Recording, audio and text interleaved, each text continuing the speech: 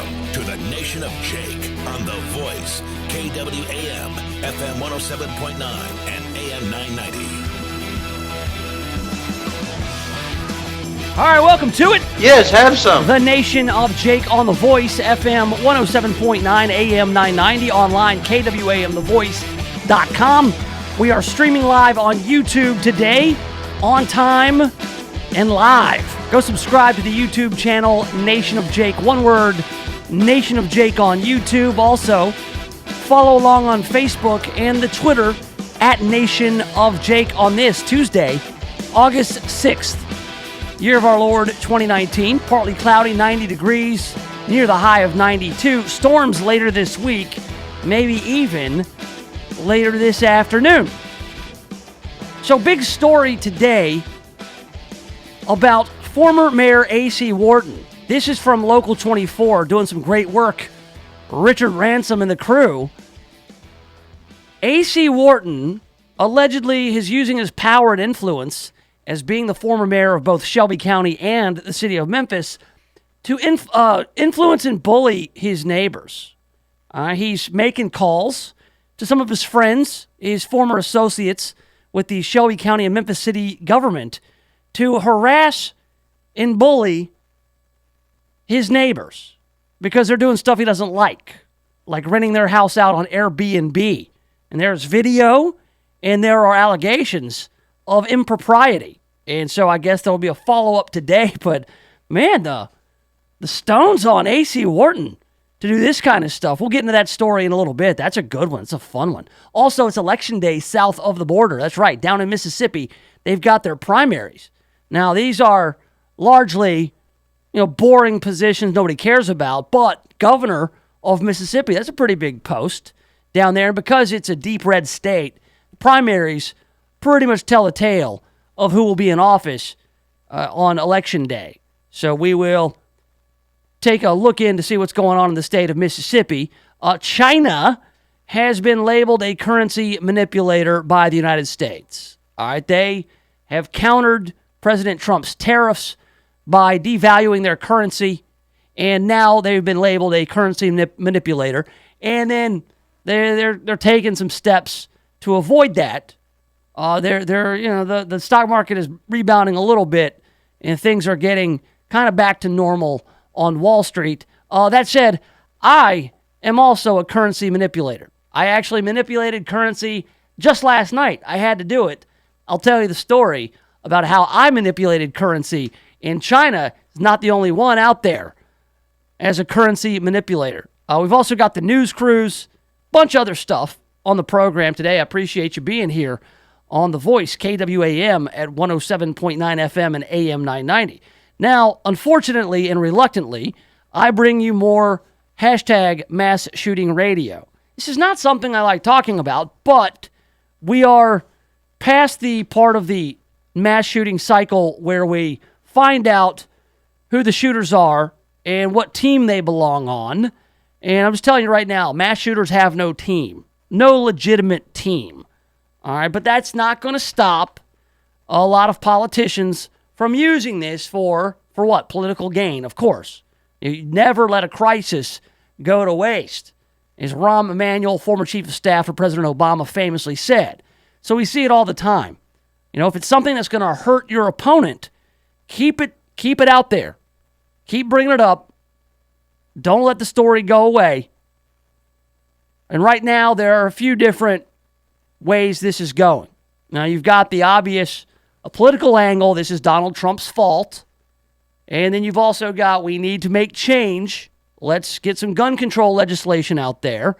And then also, focusing on the shoot, which I do not want to focus on the shooters here. I mean, that's not something that I'm going to do. A little bit later, I've got some really strange info about one of the shooters. It has actually introduced me to a new genre of heavy metal I've never heard of before. But we're not really going to talk about the shooters as much. But we did have a situation last night, and this is truly amazing. The New York Times, New York Times is legendary, the Gray Lady. Now, this is one of the marquee newspapers in the history of our country, the New York Times, the height of journalistic integrity. Well, last night, the New York Times on Twitter released a preview of their print edition, including a headline about Donald Trump's remarks on the mass shootings in El Paso and in Dayton, Ohio. And we listened yesterday on the program to Donald Trump's remarks, in which he denounced white nationalism and hate and racism in no uncertain terms. He said the right things. Now, you don't have to believe him. If you think Donald Trump has already done enough damage with his rhetoric, you don't have to believe what he said, but he did say it, right? Well, a New York Times headline about President Trump's remarks on the recent mass shootings drew condemnation online, including some from Democratic presidential candidates, and was subsequently changed late Monday. The newspaper summarized Trump's comments in which he denounced hate and white supremacy, and the headline was, "Trump urges unity versus racism," on the front page of its first edition. Okay, so Trump urges unity versus racism. I mean, that's what he said in his remarks. That's not factually untrue. But people did not like the fact that the New York Times would have had a headline that painted Trump in a positive light, I guess. A photograph of the first edition was tweeted out by journalist and pollster Nate Silver of the 538 Monday night. It was quickly slammed by critics who accused the New York Times of inaccurately representing Trump's comments. Did they? Does that headline inaccurately reflect Trump's comments? We listened to the comments. He denounced white nationalism, white supremacy, bigotry, racism. Again, it doesn't have to make you feel any differently about what the president is for. You don't have to like him. You don't have to believe him. You could say, oh yeah, he's reading a teleprompter because he feels he has to say these things now because of the horrific shootings that took place. You can feel any way you want about that headline. You can feel anything you want about what the president said, but Trump urges unity versus racism in his remarks. That's not untrue. Well, Twitter users threatened to cancel their subscriptions and urged others to do the same. And now, right now, with the newspaper industry, it's all about the subscribers. I mean, they can't lose that revenue. A newspaper is a business, just like a radio station is a business, just like a TV station is a business. However, the New York Times pride themselves on journalistic integrity. They're going to tell you the truth no matter what. It shouldn't matter if you like it or not, or if you're going to be a subscriber or not. They need to bring you the truth, right? Democracy dies in darkness. I don't know if that's the New York Times, the Washington Post, or whatever. Now, CNN contributor Joan Walsh tweeted, "I canceled my subscription. I can't keep rewarding such awful news judgment." Now, this is the New York Times. This is not some conservative right-wing newspaper. Prominent Democrats in Washington also took aim at the Times, including AOC. She writes, "Let this front page serve as a reminder of how white supremacy is aided by and often relies upon the cowardice of mainstream institutions." Presidential candidates, many of whom blame Trump's rhetoric for El Paso, decried the headline. New York Senator Kirsten Gillibrand tweeted, "That's not what happened." It's not? And Cory Booker writes, "Lives literally depend on you doing better, New York Times. Please do." So a photograph of that second edition on the front page hours later revealed the headline had been changed to "Assailing Hate, but Not Guns." So Trump condemns bigotry, but doesn't call for major new gun laws. So they had different headlines, and they were scrambling because of the Twitter backlash. Imagine that. The New York Times, this seemingly grand institution, the Gray Lady, this storied newspaper full of journalists who work tirelessly to shine a light and bring truth They were bullied into changing a headline because subscribers didn't like it. A few subscribers, a few very loud, prominent politicians criticized them. And so they wilt and they bend for their what? For their subscribers, which reduces the New York Times to the same old thing we talk about on this program. You know, people like to tune in for news they like. I mean, the New York Times, nobody would argue that this radio program is on the same footing as the New York Times, the hallowed institution of the New York Times. But honestly, I'm going to do stuff that I think my audience will like, right? When you got an audience and you want them to tune in or stay tuned in or subscribe to Nation of Jake on Twitter or on YouTube, or whatever it is, you're going to try to do things that your audience likes. And the same guys do this, guys at Fox News do this, CNN. They are playing to an audience. But when you hold yourself above the fray, above the rabble, no, we're the news, we're the press. We are mentioned in the Constitution. The First Amendment, freedom of the press, that's us. We've got credentials. We are the press. I'm a journalist. When you bend to the will of the mob and start changing headlines that weren't inaccurate, people might not like it, but Donald Trump came out and he said a lot of the right things.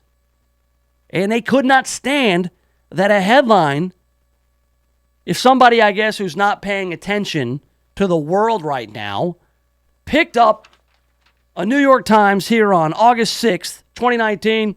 Oh, Trump urges unity versus racism. Oh, that's a good message. This Trump guy, I'm in line with that. Okay, I guess they fear that Donald Trump said the right thing and somehow will be rewarded for it in the aftermath of these mass shootings. So New York Times changing headlines because of Twitter outrage. It's amazing. It is for a hallowed institution like the New York Times. And I'm telling you right now, I think that Democrats, especially those running for president, they are overplaying their hand on this aftermath of the mass shootings in El Paso and in Dayton, Ohio. What you've got here is guys like Beto O'Rourke. Beto O'Rourke from Texas, from El Paso. This guy is desperate. He's polling at 2 or 3%. He's seen his stock tumble with regards to the presidential race. He will not be the nominee.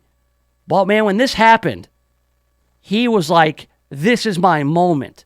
If I'm going to save my campaign, I've got to get right to El Paso. I got to get on TV, and I've got to blame Donald Trump in no uncertain terms. This was Donald Trump's fault.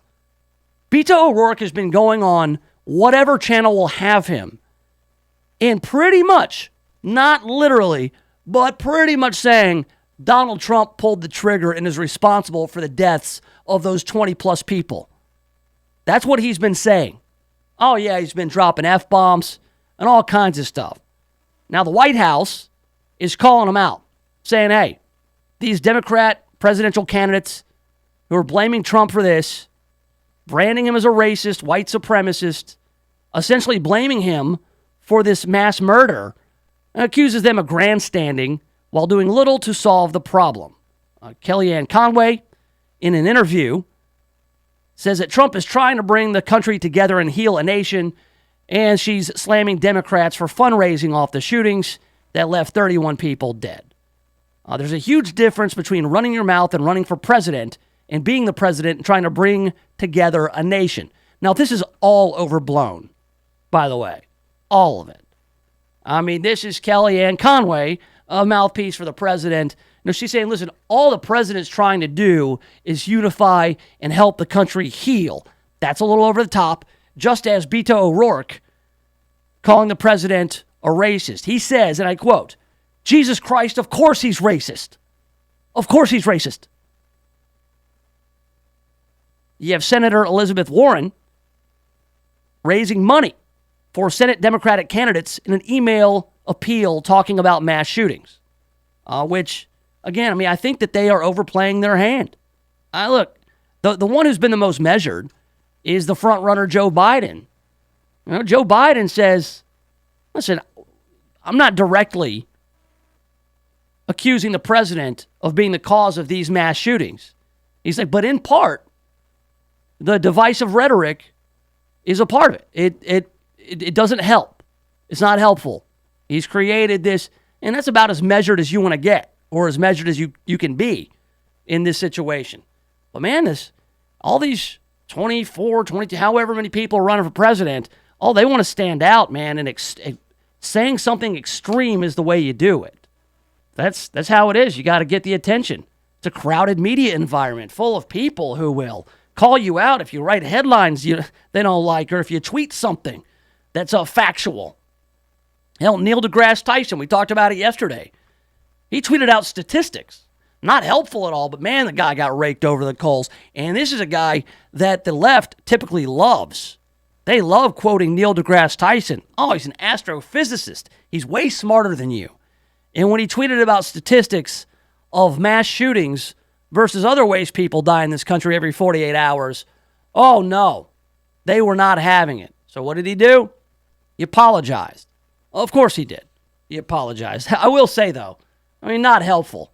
You know, when the plane is going down and somebody taps you on the shoulder and says, hey, you know, you're more likely to get killed on the way to the airport than, it's like, shut it. Shut it. We don't need that right now. So, I mean, it's pretty crazy just kind of where we are now. Just like with, all right, this mass shooting problem we have, how do we actually fix it? And that's going to take people crunching the numbers, the statistics that, ironically, nobody wants to hear about right now, and putting pen to paper and coming up with a plan. But instead of a plan, it's just a bunch of people running around going, do something. It's their fault, and we need to do something, or it's going to happen again. Do something. What should we do? We don't know. Just do something. Something. Well, that's the problem with doing something, is that a lot of the something you're talking about doing probably won't work. The common sense gun safety legislation they always talk about, does it make sense as a response to these mass shootings? Rarely does it ever. And we're going to go through some of the proposals that have been put forth by some of these politicians and whether or not they will work. And we'll do that next right here in the Nation of Jake. The Voice, KWAM, FM 107.9 and AM 990. If you're a baby boomer here in the Mid-South area, this message is for you. We've designed a brand new radio show with you in mind. It's The Retirement Income Doctor, hosted by Dave McAdams of the McAdams Group. Each week, Dave will teach you retirement strategies that have worked year after year, decade after decade, in any kind of market. That's right, the Retirement Income Doctor will teach you these strategies. So join us Saturday mornings at 10 for the Retirement Income Doctor. If you're thinking about buying or selling a home, stop. Don't do anything until you talk to my man, James Underwood. James Underwood has been helping people like you navigate the Mid-South real estate market for more than a decade. So whether you're looking to buy your first home or you want to upgrade to your forever home, James Underwood can help make it happen. No gimmicks, no guarantees, just a rock-solid guy that I've known for 25 years. So now, if you're looking to buy or sell a home, hit up James Underwood with CryLike. JamesUnderwood.crylike.com. That's JamesUnderwood.crylike.com. Looking for a cool way to get a new home comfort system without breaking the bank? The Advantage program from Service Experts Heating and Air Conditioning gets you a high-quality home comfort system for one low monthly rate. There's no money down, never a charge for repairs, and seasonal tune-ups are free. Right now, get a new home comfort system as low as $99 a month and no additional charges ever. Call Service Experts Heating and Air Conditioning today at 866-EXPERTS or visit ServiceExpertsMemphis.com. For expert service guaranteed, call 866-EXPERTS. See website for license details. Candid Conversations is on the air every Sunday at 2 p.m. An abuser can seem emotionally needy. You can get caught in a trap of catering to him or her, so no matter how much you give him or her, it will never be enough. He will just keep coming up with more demands because he or she believes their needs are your responsibility. Sunday afternoons at 2 p.m. with Dr. Rich and T.K. Carter here on KWAM. Did you know that your potential customers look at your website and determine your credibility within 8 seconds? Make sure your business reflects the quality service you provide. Contact Control Alt Design for a free quote today. Today's marketplace is very competitive and you need a professional web presence. Control Alt Design offers web design at a fraction of what the larger firms charge. Control Alt Design has been helping local businesses stand out on the web for over 20 years. They also offer logo design, business card design, flyers, brochures, and more. See their work today at ControlAltDesign.com. All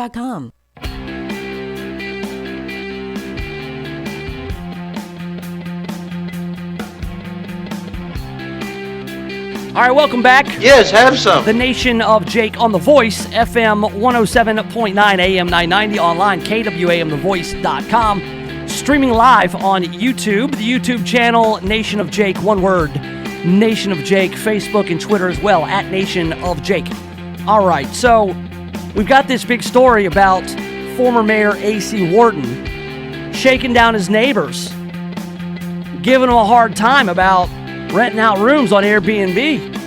He's on video harassing a neighbor, and then coincidentally, this woman gets 9 visits from 6 different city and county officials, health department coming by, organized crime unit coming by. Yeah, crazy story. We'll talk about that at the top of next hour. Little abuse of power, it would seem, from the former mayor, if these things are true and correct. We're going to stay here on Mass Shooting Radio just for a few minutes more, okay? Only because it's everywhere. Trending on Twitter and on Facebook. Anywhere you go, you're starting to see all the pleas for common sense gun safety legislation. All right? And they'll call something common sense. It's just common sense. If you call something common sense, people just go, oh, yeah, it's common sense. Everybody knows that. It's a tactic. It's like, okay, come on, that's common sense. And if somebody isn't exactly confident, they might not ask the question. It's like, hold on, why is that common sense? Because maybe I've got a different view on it. Oh, no, come on, that's common sense. Everybody knows that. And so it's a way of kind of low-key bullying people into groupthink. Oh, come on, it's just common sense. Everybody knows that. You know how many common misconceptions there are out there? Things people take for granted that are not true? Go on Wikipedia and look up common misconceptions. Hundreds, if not thousands, of things we thought was conventional wisdom all our lives. And then you find out, wow, that's not true at all. But it can just be glossed over, and you can be just put in your place by somebody going, oh, that's common sense. It's all the common sense gun safety legislation. You know, things like universal background checks.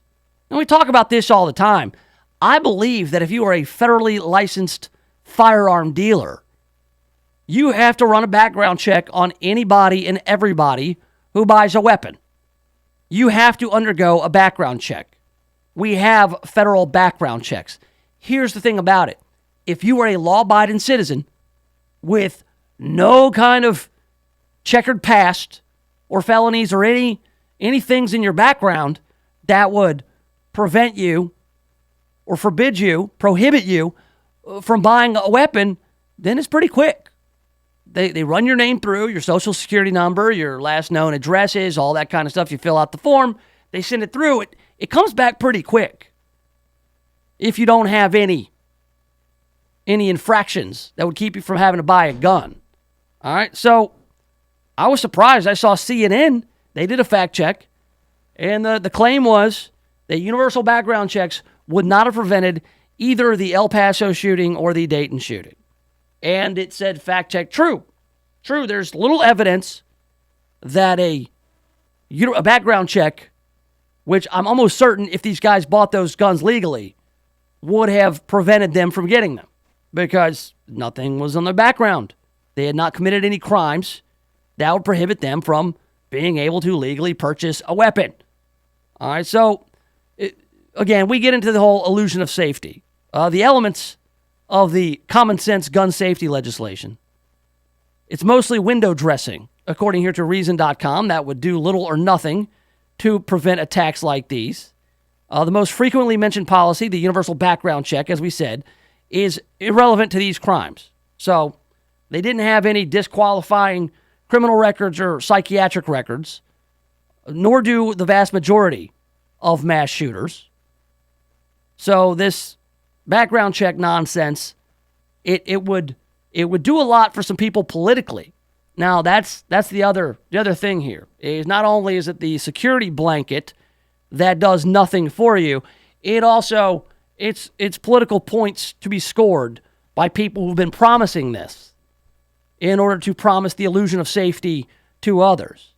So they also want to not only do the universal background checks that would not have prevented these things. This is, again, the assault weapon stuff. And there are people who claim that an AR-15 is an assault weapon. And that's because an AR-15 looks scary. An AR-15, an Armalite rifle, AR-15, not assault rifle. AR does not stand for assault rifle. A lot of people don't know this stuff. They assume AR stands for assault rifle. And they think an AR-15, which is a semi-automatic rifle, a long gun, that it is an assault rifle and somehow will kill you more than a wooden hunting rifle. They think because it's made of some sort of plastic or composite and that you can put a flashlight on it, that it is somehow more deadly. It is no more deadly than a Ruger Mini.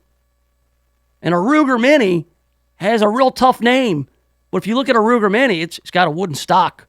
It looks like something your grandpa would go hunt with. Your Uncle Lou would take this Ruger Mini out and hunt with it. But functionality-wise, it's the same gun. It's the same gun. So this assault rifles ban, which, I know that the things, make it easy. They shoot straighter, shoot faster, but not in the sense of, like a machine gun. These aren't machine guns. That's another thing. People don't know the difference between the semi-automatic and automatic. Semi-automatic rifle, pull the trigger once, one bullet comes out. So you have to increase, bang, bang, bang, every trigger pull.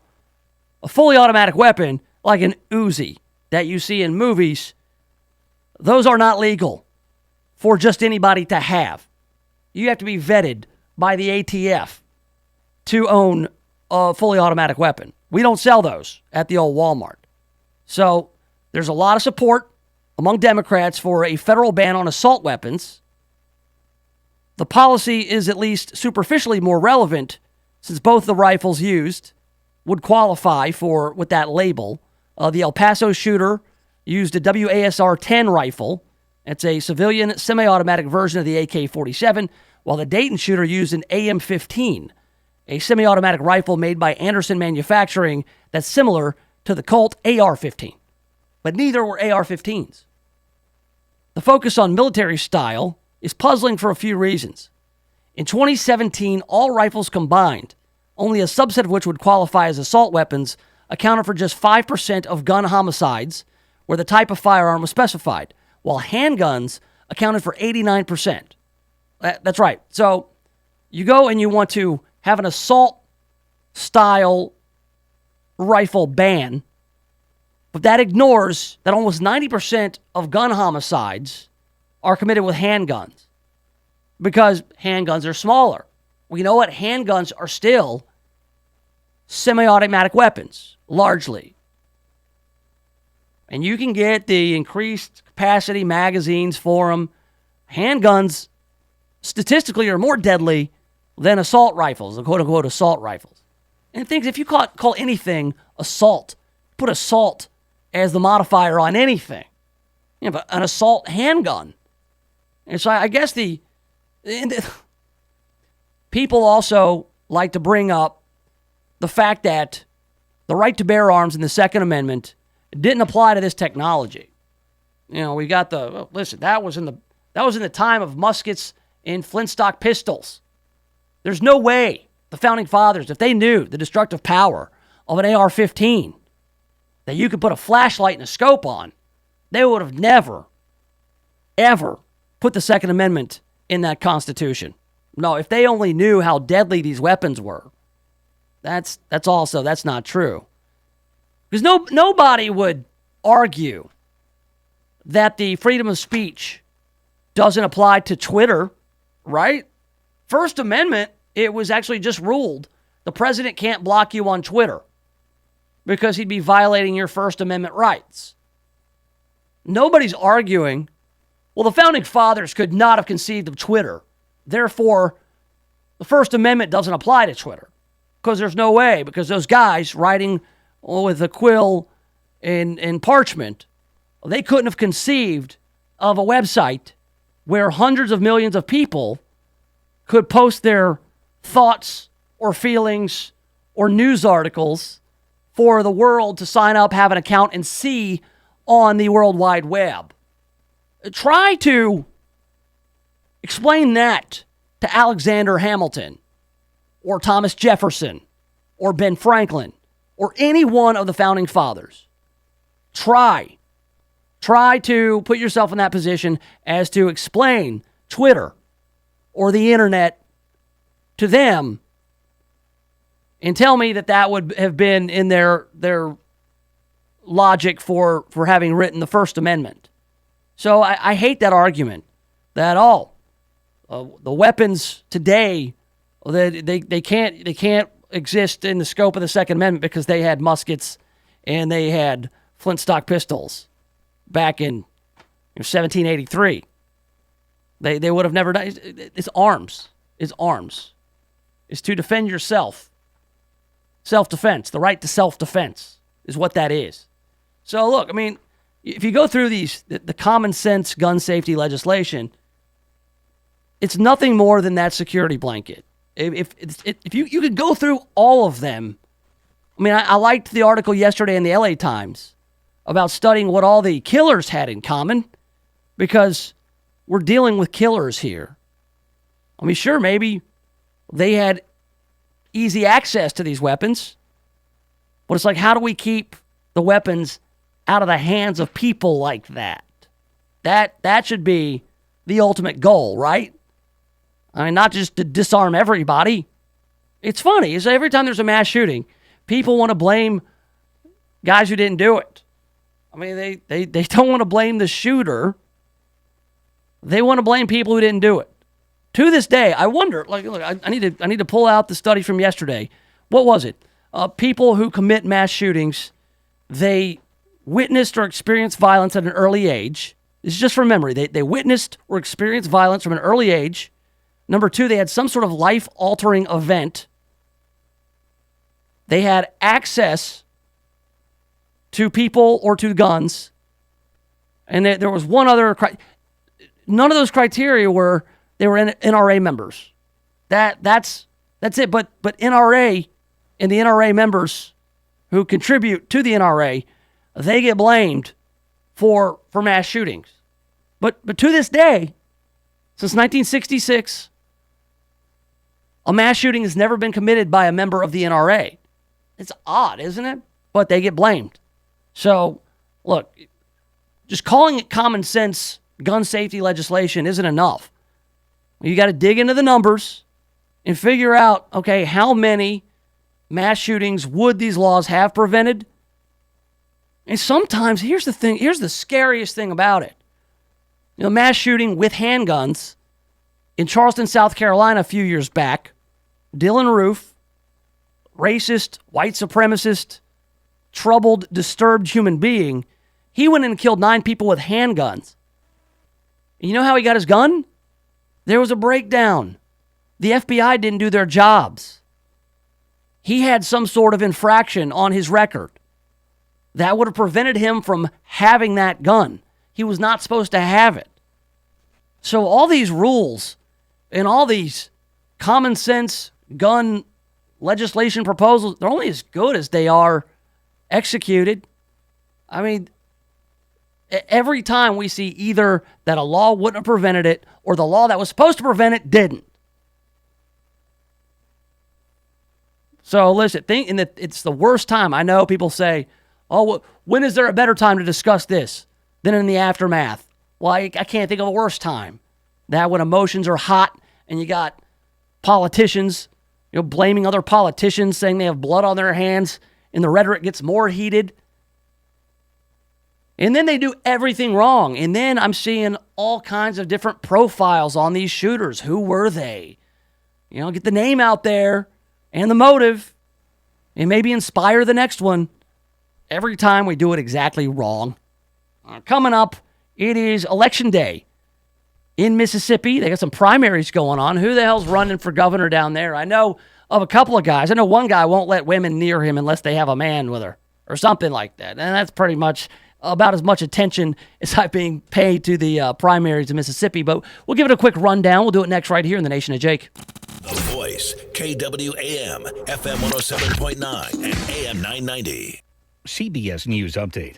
Ohio Governor Mike DeWine joining the chorus of Republican politicians getting behind common sense gun legislation, including universal background checks and so-called red flag laws that would allow the state to take guns from someone deemed a threat. We have to empower people to get help for family or loved ones who may be a danger to themselves or a danger to others. Dan Whaley is the mayor of Dayton, where a mass shooting Sunday left 9 people dead. I'm pleased that we're talking about a conversation in a direction that I think is more appropriate around common sense gun reform. Pennsylvania Republican Senator Pat Toomey. The president said that Republicans and Democrats must, quote, come together and get strong background checks. The president's right about that. At the press conference, the president called for red flag laws. That makes sense. He also said, I am open and ready to listen and discuss all ideas. CBS News Update. I'm Jim Chenevey.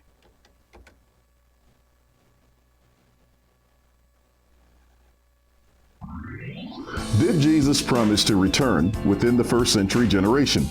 Discover why atheists, Muslims, Jews, and even some Christians believe that Jesus is a liar and the Bible is false. Join William Bell for discussion on the end times and Bible prophecy on the All Things Fulfilled Eschatology broadcast Sunday mornings at 9 a.m. on KWAM 990 and FM 107.9. Listen on Facebook at KWAM The Voice.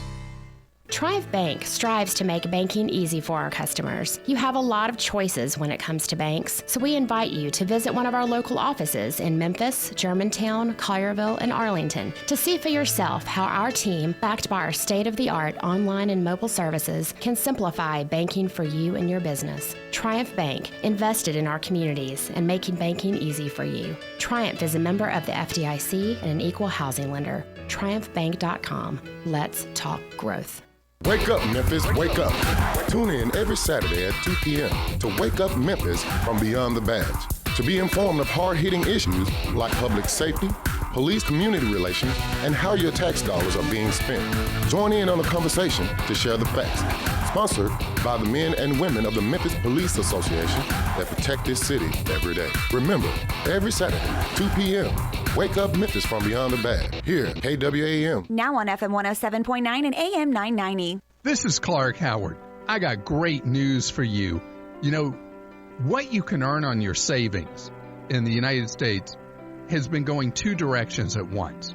Traditional banks paying you basically zero on your hard-earned money that you're trying to earn something on, while online banks are offering great deals. Even as the economy softens and interest rates decline, the online banks are still offering a phenomenal deal. But there's a third category that's offering wonderful deals, and it's in the investment community. Have you ever heard of Betterment or Wealthfront? They both offer savings accounts that are FDIC insured, and they're more flexible than those that you'd have from an online bank or a traditional bank. Betterment, for example, is right now paying 2.69% on your savings, no minimum deposit required. Check it out. Have you heard what President Trump said recently? Newsmax, you like Newsmax. I like it too. Now you can watch Newsmax TV and get the truth about Trump from Bill O'Reilly, Mike Reagan, Alan Dershowitz, Pat Buchanan, and more. Newsmax TV is America's fastest growing cable news channel, now in 70 million homes. Find Newsmax on DirecTV, Dish, Xfinity, Spectrum, Optimum, Fios, Uverse, and more systems. See Newsmax TV today. It's real news for real people. The backyard's looking great, Rob. Thanks, man. I was planning on adding a deck, too. Know any good contractors? Why don't you just ask Home Advisor? Home what? HomeAdvisor.com. You just tell them about your project and they match you with local pros that can do the job. Nice. Now, how much does it cost? Oh, HomeAdvisor's totally free to use. Plus, you can read customer reviews, check pricing, and book appointments for free. What's the website again? HomeAdvisor.com. Or just download the free HomeAdvisor app. HomeAdvisor.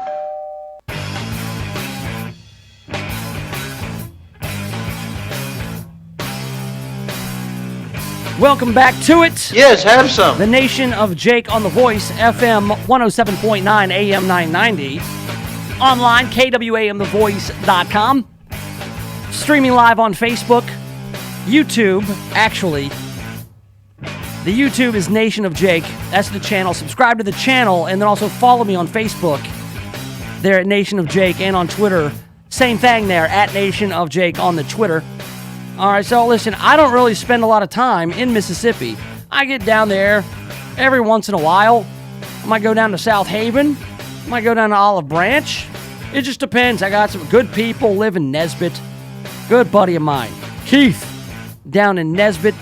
I get down to Senatobia from time to time, and then every so often I might get down into deep Mississippi. I'm talking Gulf Coast. I'm talking go down south on 55 and then take 49 until you can't go no more. Just take that right to the ocean, to Highway 90, and then you head over to Bay St. Louis, and then you're in the Gulf of Mexico. All right, so I've been all over the state, but I usually stay up north of the border, and then our attention is usually up here with what? Former Mayor A.C. Wharton shaking down his neighbors about having Airbnbs. That story is coming up. But there is an election today. Yeah, primary election happening. The primaries are going on in the very deep red state of Mississippi for governor. We've got Governor Tate Reeves, Lieutenant Governor, is trying to fend off challenges from former state Supreme Court Chief Justice Bill Waller Jr., State Representative Robert Foster, okay? And on the Democrat side, Attorney General Jim Hood is challenged by 7 candidates. Man, 8 Democrats are running to be governor of Mississippi. And I know down south we've got some other Democrat governors, that John Bel Edwards over there in Louisiana. These are like the last of those blue dog Democrats. I mean, if these guys went to Congress, they would be Republicans. They would be the moderate Democrats who are a dying breed. In the federal government, well, the Joe Bidens, who's been left. He used to be a moderate.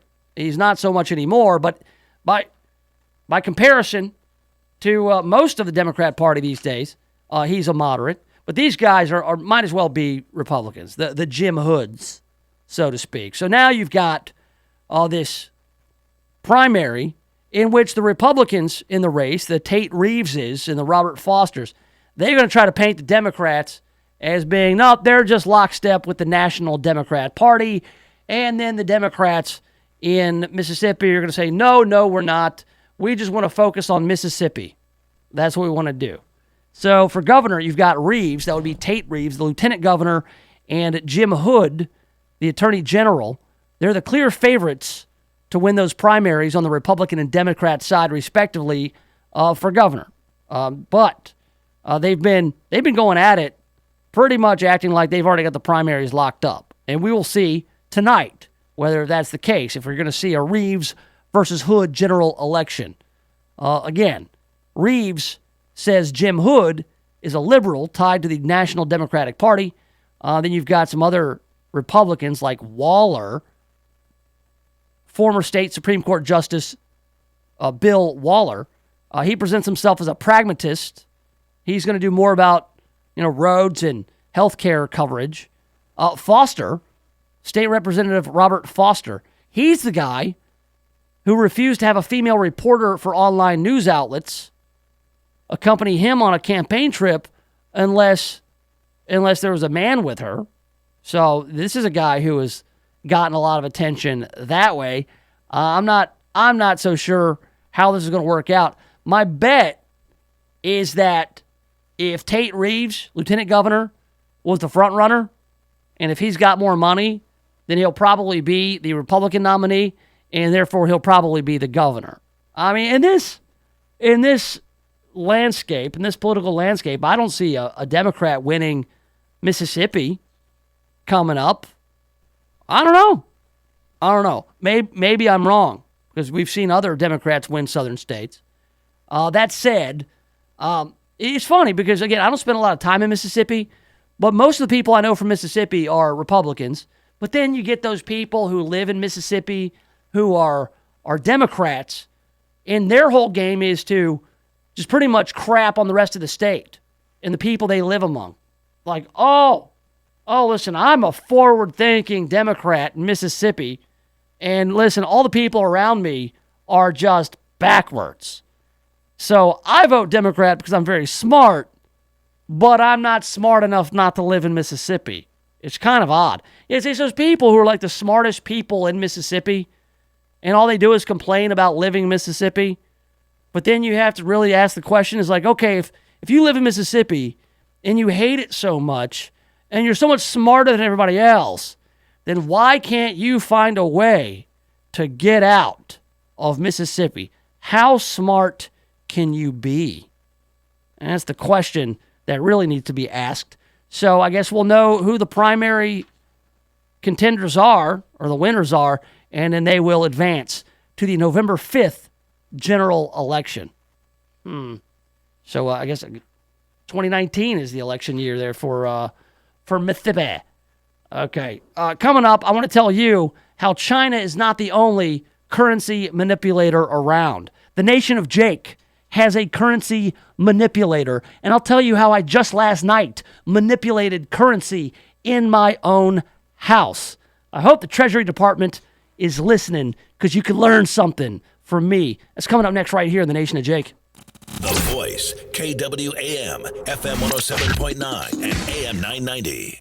Planning for retirement can be confusing and overwhelming. Tune in to the Servant Retirement Show to hear the current news and events today's retirees need to know. Every Saturday morning at 8 on KWAM, The Voice, AM 990. If you want to talk to Dan Groban or Philip Menard today about your retirement plans, call the team at Servant Advisors Group, 855-260-1000. That's 855-260-1000. Get started on the path toward a comfortable retirement today. 855-260-1000. The special event florist for the Mid-South is Lindoyle Flowers. They are famous for creating incredible floral arrangements and are available to fill even your last-minute needs. From the simple to the magnificent, their staff can create unique arrangements for your special occasion. Flowers always bring a smile, make someone's day, and for fast, convenient delivery, call Lindoyle Flowers today at 901-323-4521 or visit their beautiful new location at 6225 Old Poplar Pike. I talk with healthcare professionals to bring you the latest wellness information Tuesdays and Thursdays on Live Life Well. Listen in and get tips like this to help you get started on your road to wellness. You have to commit to seeing what you've been doing, taking ownership of what hasn't been working, and committing to make a change.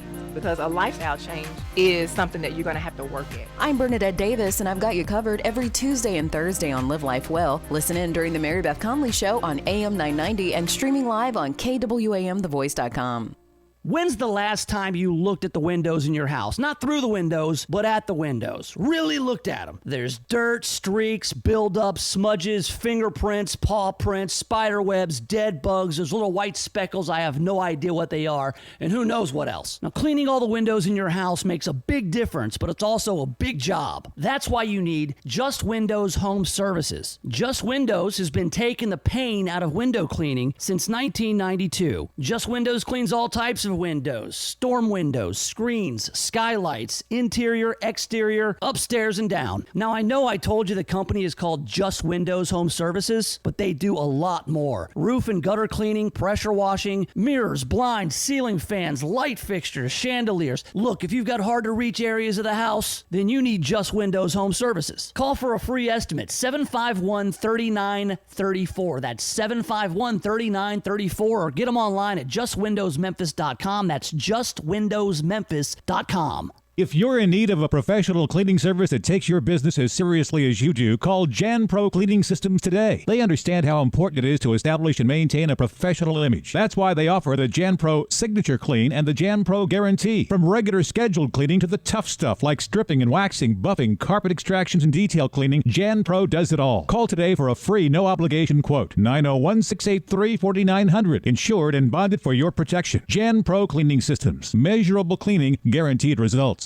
You and your friends and associates are invited to attend the Mississippi Senior Expo and Health Fair, Thursday, September 19th from 9 a.m. until 2 p.m. at the Brown Missionary Baptist Church, located at 7200 Swinia Road in South Haven, Mississippi. There will be health exams, flu shots, entertainment, and this year, there'll be food trucks on site to allow you to enjoy lunch while you're there, and a demonstration on healthy living by the Silver Sneakers. The Mississippi Senior Expo and Health Fair is promoted by the DeSoto Times and the Best Times. Mark your calendar for September 19th. You'll be glad you did.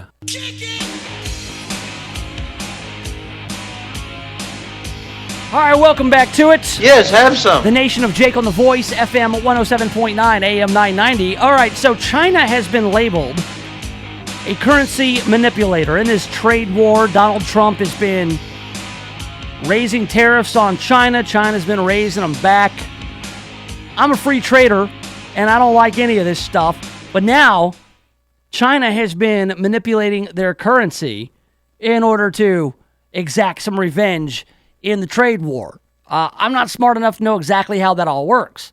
But when you talk about currency manipulation, being a currency manipulator, that resonates with me because I've been known to manipulate currency in the Nation of Jake and in my household.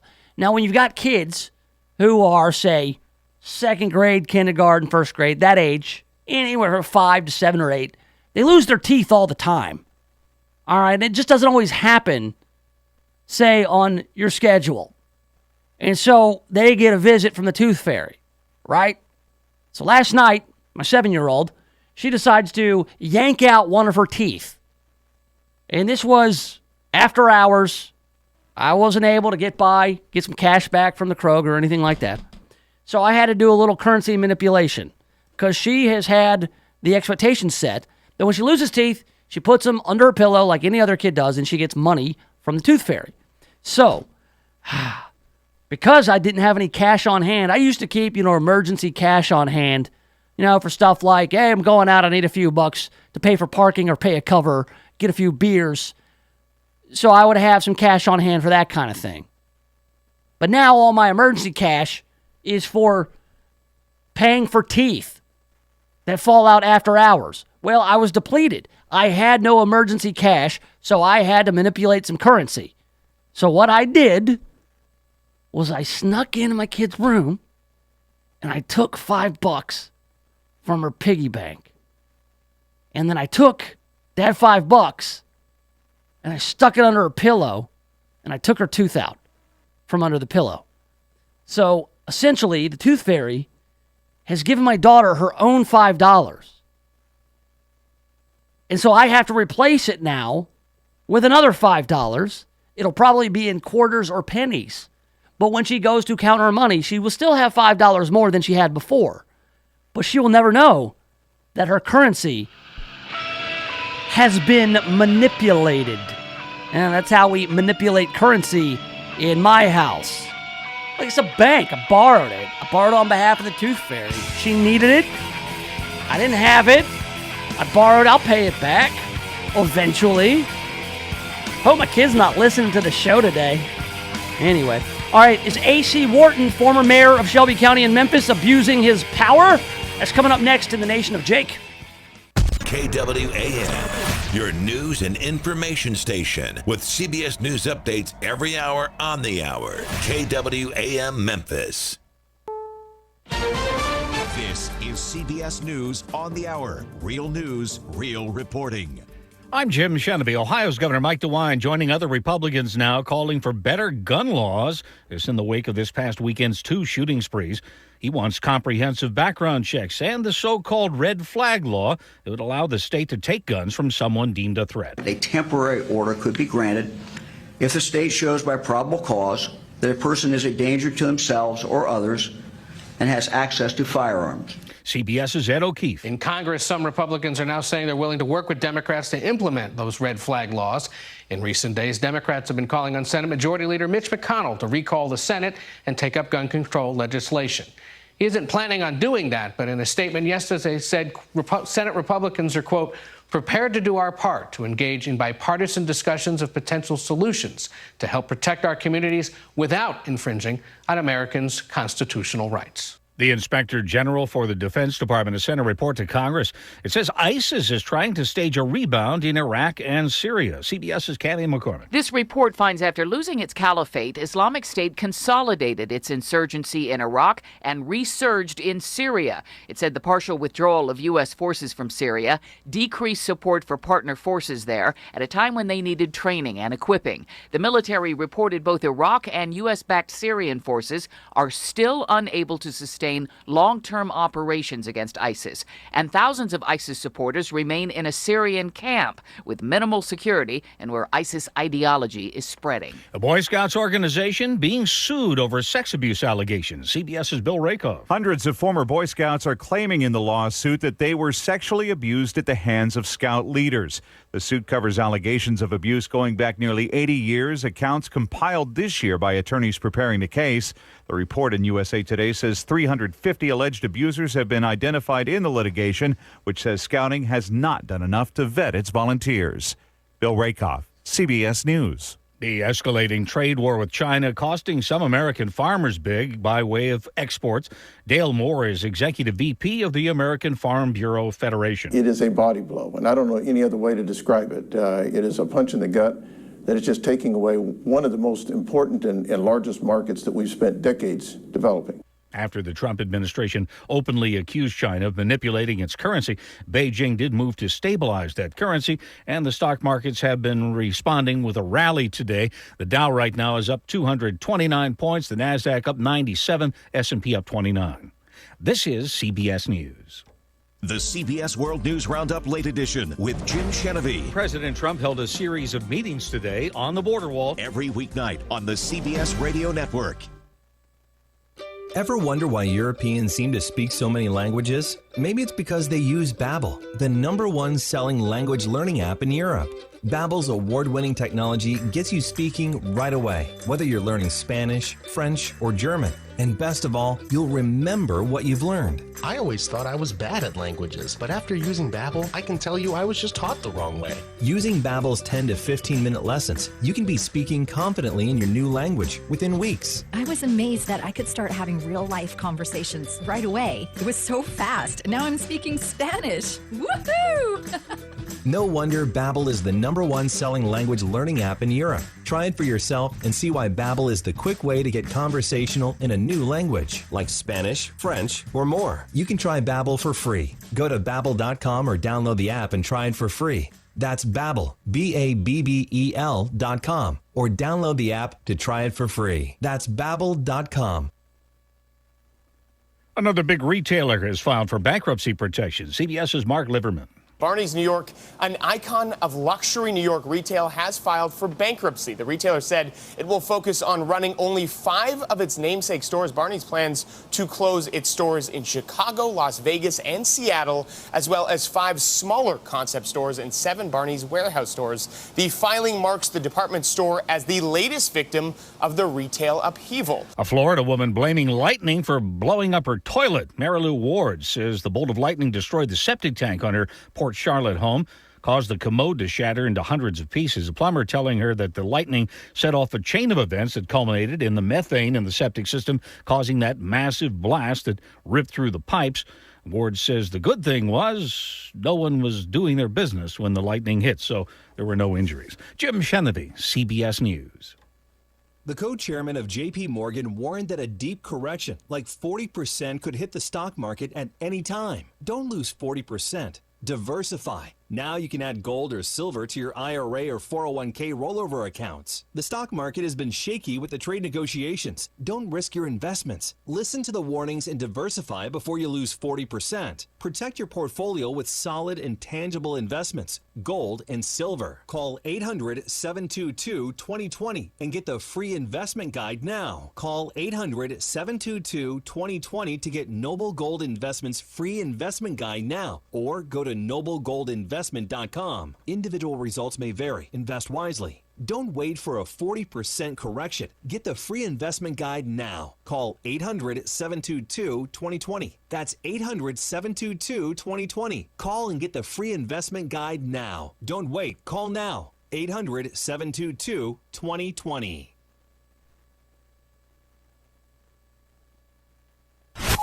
Jake, I need my money!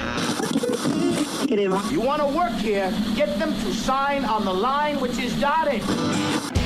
Welcome to the Nation of Jake on The Voice, KWAM, FM 107.9 and AM 990. Welcome back to it. Yes, have some. The Nation of Jake on The Voice, FM 107.9, AM 990, online, KWAMTheVoice.com, streaming live on YouTube. If you prefer the video format, you can watch the show live there on YouTube. Subscribe to the channel, Nation of Jake. One word, Nation of Jake.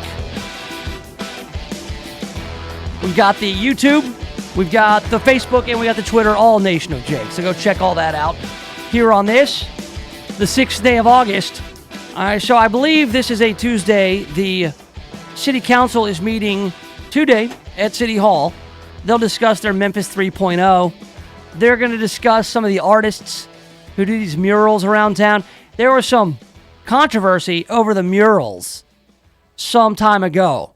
Like there was a mural of Elvis with snakes coming out of his mouth.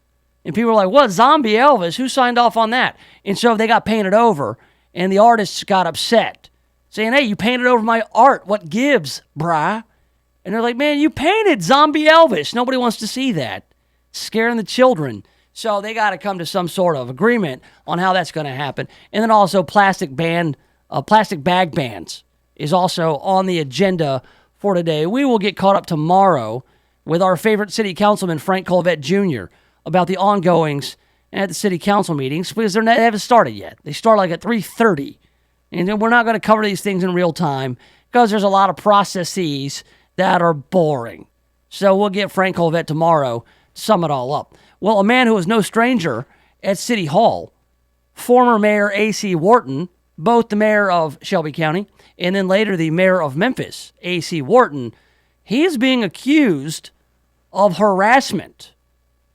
He was caught on camera by his neighbor's Ring doorbell, and he was kind of going off on his neighbor about her renting out rooms via Airbnb at her place. All right, and this is some good work done by the folks over at Local 24, localmemphis.com. And it goes as follows. Is a former mayor of Memphis and Shelby County using his political connections and clout to harass his next-door neighbor? The woman who lives next door to A.C. Wharton says that's exactly what's happening. She is so concerned that she went to the police to file a report against A.C. Wharton. The woman is calling it intimidation. Karima McLeod bought her home on East Parkway South, just south of Cooper Young, just over a year ago. She rents out a couple of her rooms on Airbnb. Now, you know Airbnb.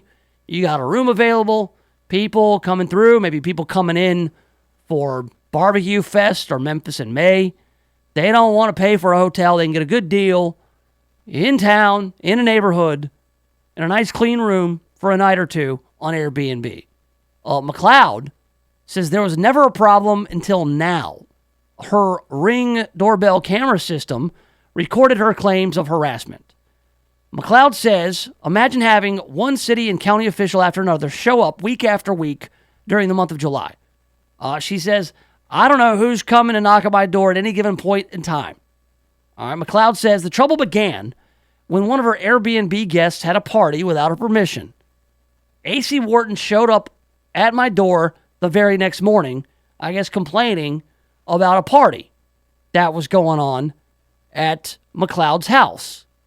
The doorbell, the Ring doorbell captured the exchange. The audio is not great. On Local 24's website, localmemphis.com, you can watch the video. And I'll link that on the Facebook page in just a little bit. It's got subtitles. You can make out exactly what Mayor A.C. Wharton was saying. The people telling me they're paying or something. What's going on? Said Wharton on the Ring camera.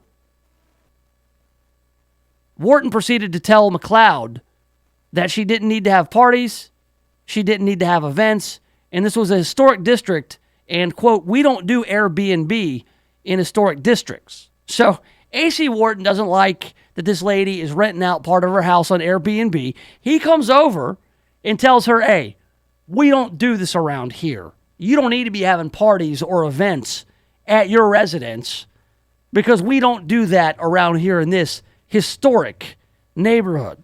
McLeod says before Wharton left, he said that he was going to make some calls, and he was the former mayor, and he had planned on getting some laws changed.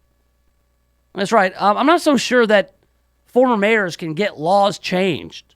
I think that if you're a former mayor, you are a citizen who you can lobby, and you can try to get some laws changed, but you, as a former mayor, don't have any power to go to City Hall and tell the city council to change the Airbnb laws because you don't like them.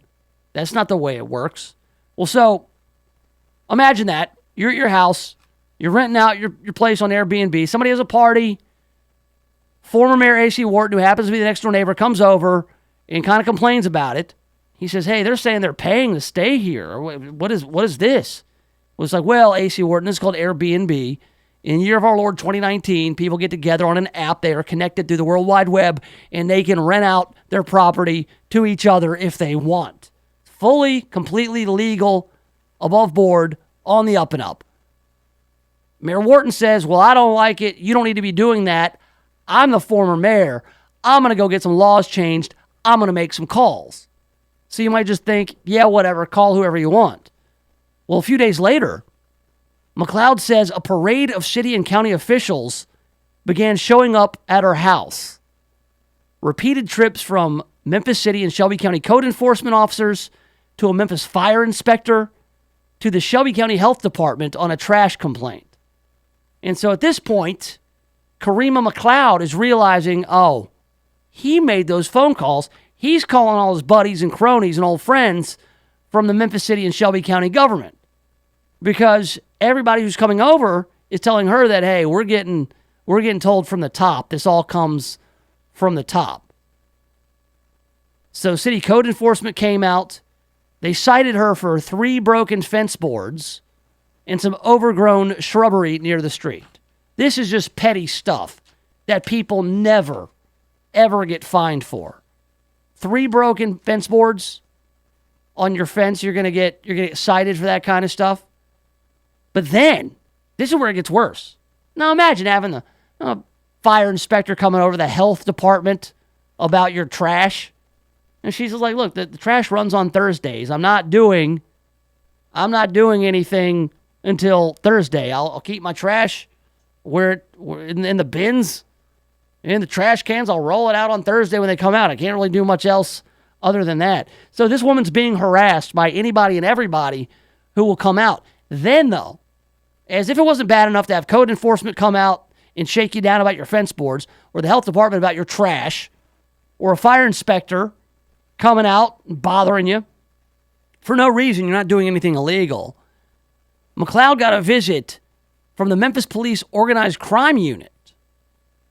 And she's been told that they were doing surveillance on her house for a couple of days under claims it was a suspected brothel. Yeah. This woman, all she ever did was buy a house next door to A.C. Wharton, which I can't imagine that house was cheap. This woman must do pretty well for herself. Maybe the mortgage is a little heavy, and she decides, hey, I got a lot of space. I might as well make some money on Airbnb. Yes, one of her Airbnb guests had a party they weren't supposed to. They didn't tell her. She didn't sign off on it. So the mayor comes over, says, I'm going to make some calls, and I'm going to try to get some laws changed.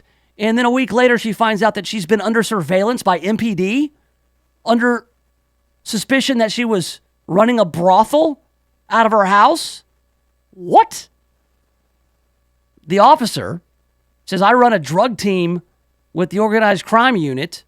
We got a complaint that came from our director, from one of your neighbors around here, saying a brothel was being run. That's Lieutenant Poindexter, Memphis Police Department. McLeod asks a very reasonable question. What the F? What are you talking about? You were watching my house? That's far beyond okay, says McLeod. The officer told her the order came down from the director. All right, so came down from the director. I'm just doing my job. My boss tells me to come over here and do it. I can't tie my team up. McLeod says 9 visits from at least 6 different city and county agencies, all in the span of 3 weeks, are harassment and a huge waste of taxpayer resources. Well, she's right. She ain't wrong. That's harassment. Coming over, sending over code enforcement, sending the health department, and then having her surveilled for 2 days because she might be running a brothel. She's renting out rooms on Airbnb. And if you watch the video, she seems like a perfectly legit person. She just has the misfortune of living next door to A.C. Wharton, a busybody neighbor. So Wharton would not go on record, would not go on camera for an interview, but he denies the harassment via text message. My only comment is an outright denial of harassment and use of political power. All right, I believe, according to my buddy over at Local 24, they're doing a follow-up story today. Parker and a crew over from Local 24, they're at City Hall today. Maybe they will be asking some questions as to why this woman was visited by so many different agents of the Memphis City and Shelby County government. I think that's hilarious. I mean, not for her. This isn't funny at all. That said, I just think it's A.C. Wharton, who used to be a big deal around here, is calling up his buddies to harass his neighbor over a party that had been thrown. What if it was her party? I mean, I would just say, listen, I don't care what you used to be, man. You're no Sam in my book. Get off my property. How about that?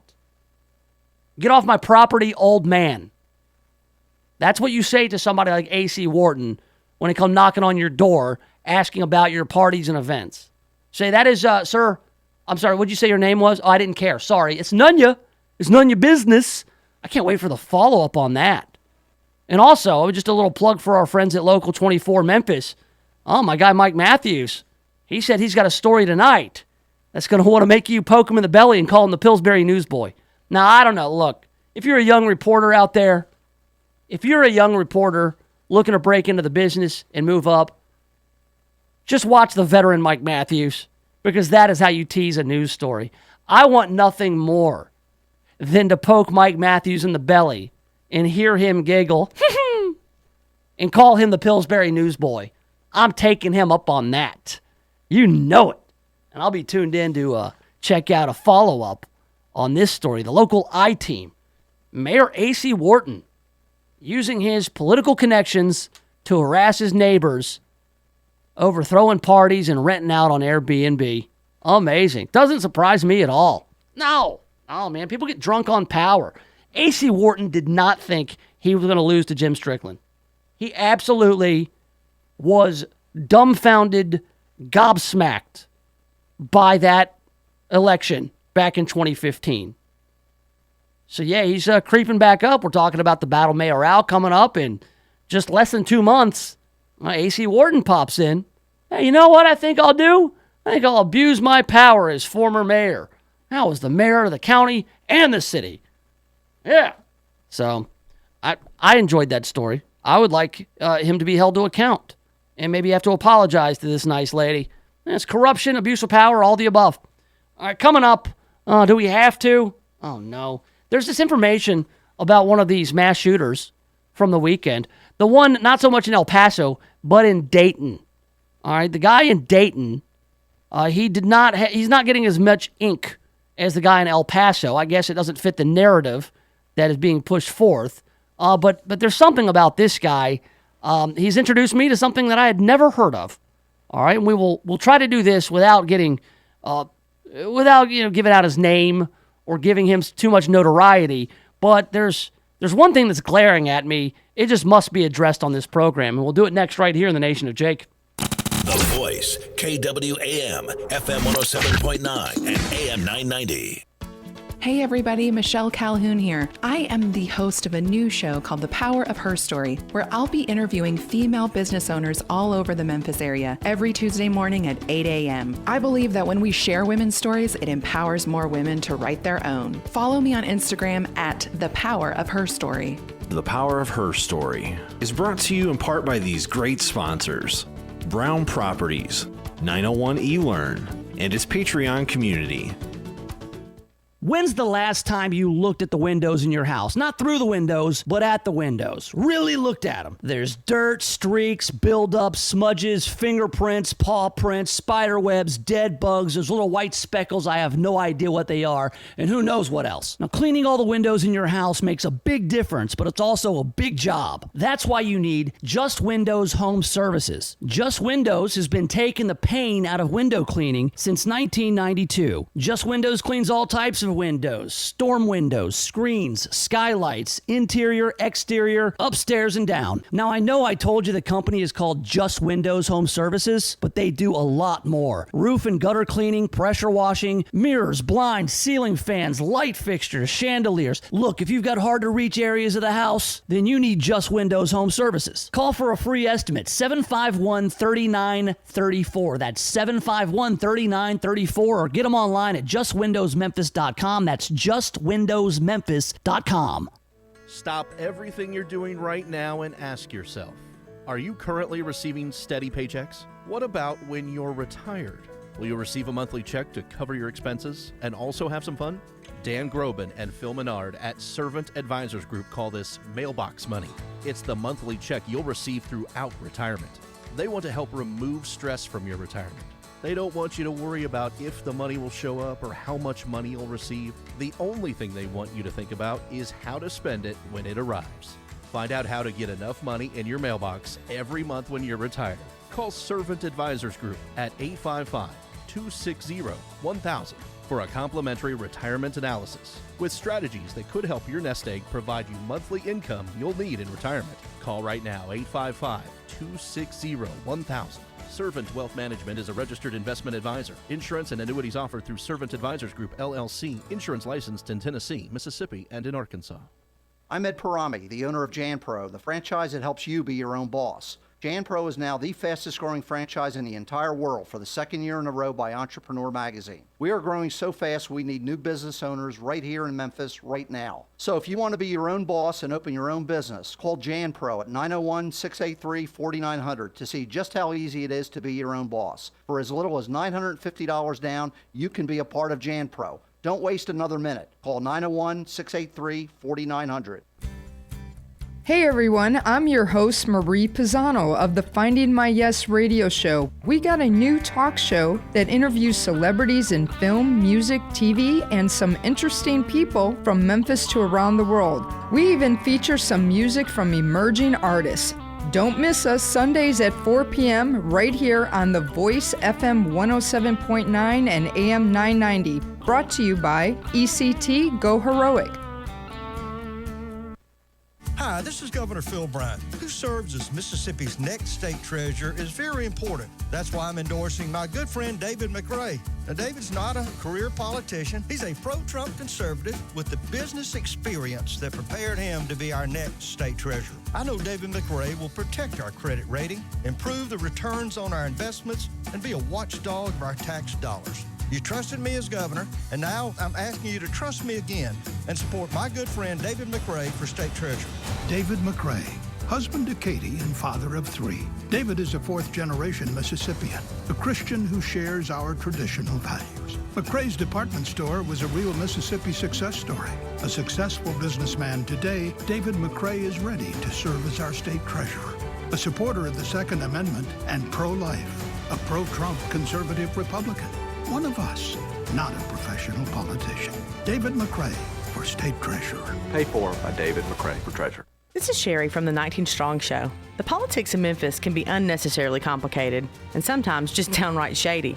On Saturdays, the 19 Strong team works hard to dissect the issues and shed some light on the council and administration's decisions and how they truly impact you and Memphis.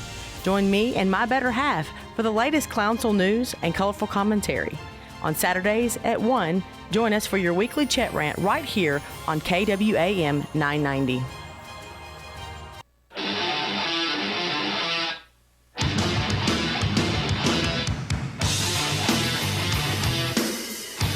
All right, welcome back to it. Yes, have some. The Nation of Jake on The Voice, FM 107.9, AM 990. Online, KWAMTheVoice.com. All right, getting some more news here from the Twitter.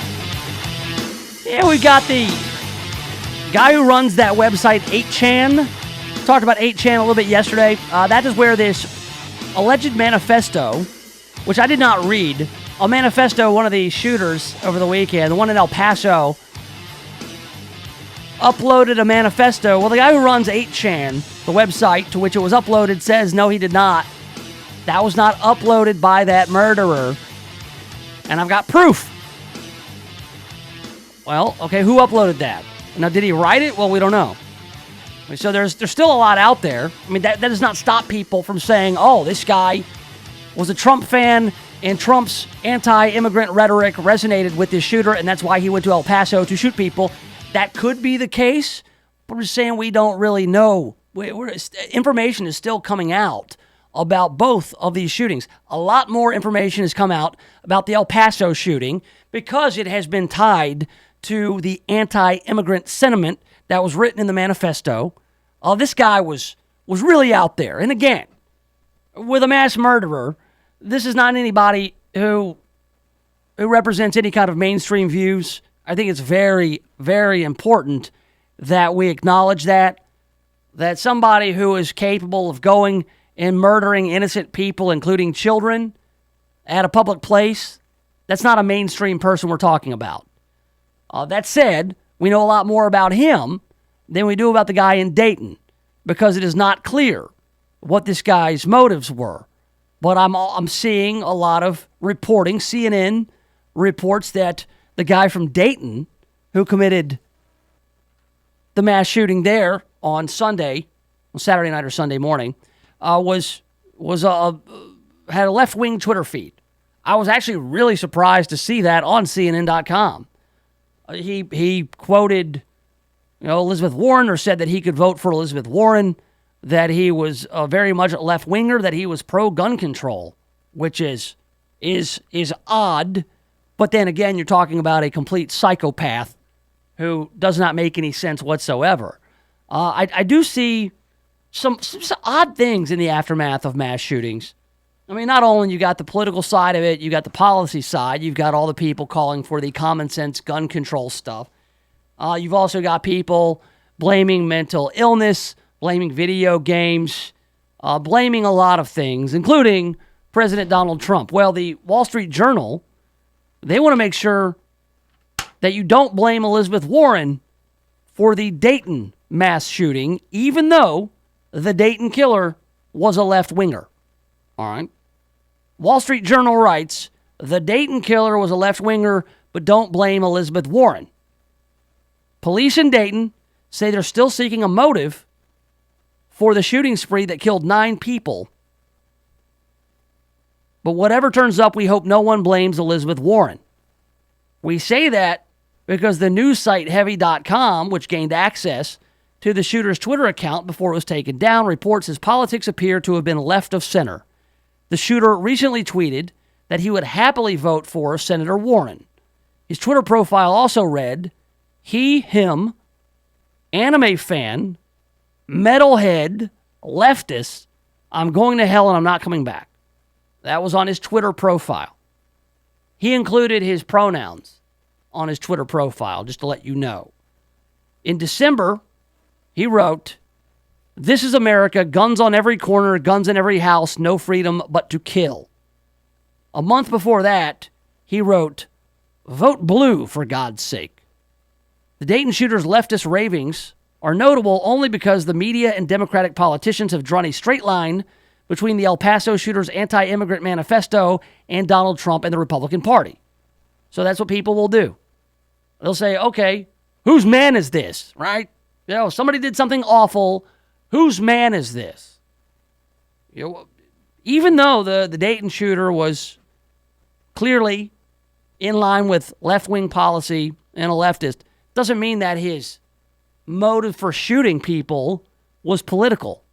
All right, this guy might have had a personal beef.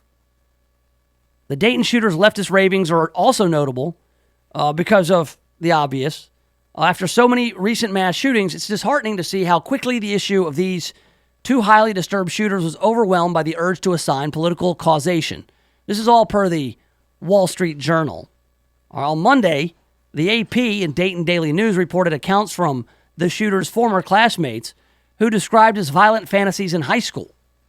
The answer to how he or the El Paso shooter found their way from fantasy to murder won't be found in pointless spitting matches between left and right over whose politics bear the blame. So, WSJ, Wall Street Journal, is not really concerned that people are going to blame Elizabeth Warren, but they're pointing out the hypocrisy. Is you've got disturbed individuals and politicians and those partisans, they'll do anything they can to draw that line between these disturbed individuals and the opposite party. They'll use anything they can, the Twitter feeds, manifestos, whatever it is, and then by extension, they will blame those politicians. All right, so that's really it. It was like the Dayton shooter was a leftist. He supported Elizabeth Warren, but nobody's going to blame Elizabeth Warren. There's a little bit tongue-in-cheek here from the Wall Street Journal. And it's more of a commentary on how quick everybody is to assign political blame to this kind of stuff instead of rightly blaming the shooter. All right? Now, I found out, and I didn't want to know this, and I don't want to give this guy any kind of glory or notoriety after having committed an atrocious act like a mass shooting in Dayton, Ohio. But this caught my eye because I have never, ever heard of this. And I'm a metalhead. I like heavy metal. I know there was a time in this country where people were blaming heavy metal for suicide and murder. And it's not the case, not true. That said, it says here, this is from BuzzFeed News, I believe, so consider the source. The Dayton shooter was the lead singer of a porno grind metal band. All right, listen, I've listened to all kinds of metal. I've listened to heavy metal, thrash metal. I've been to some black metal shows. I like metal. I like heavy music. I'm more of a hard rock guy than I'm a metalhead. But I like Iron Maiden. You know, those one of those bands that got blamed for all the satanic stuff. 666, the number of the beast. All that kind of stuff. It's usually just fantasy dorks who are into it. But I've never, ever heard of porno grind metal. I've heard of grindcore. I've heard of metalcore. But never porno grind metal. Here we go. Let's find out what this is. I'll try to be careful. The man who killed 9 and injured 27 in a mass shooting in Dayton was the lead singer of a porno grind metal band, a genre defined by its explicit subject matter and themes of gore and violence, specifically sexual violence and necrophilia. What? Porno grind is a subgenre of a fast and extreme kind of heavy metal called grindcore, which is known for its mostly dark, satirical themes of sexual violence and gore delivered for shock value. Okay. So, it's satirical, it's violent, I've never heard of it. It's a subset of a subset of a subset. You've got metal, you got heavy metal, you got grindcore, which is a subset of metalcore. I mean, this is way distilled down. Porno grind. Now, there are bands who do the whole theatrical thing. Slipknot is one of them. I mean, it all started with Kiss. And it's so funny, like you listen to Kiss and you don't hear what you see. You know, back in the day, you know, Kiss was controversial. I mean, they were supposed to be aliens. They had the face paint. You had Gene Simmons spitting out blood, and they looked demonic. Gene Simmons was the demon. You had the demon, you had the Star Child, and you had, the cat, Peter Criss. So Kiss was like the progenitor of this theatrical metal. But when you listen to Kiss, their music is anything but heavy.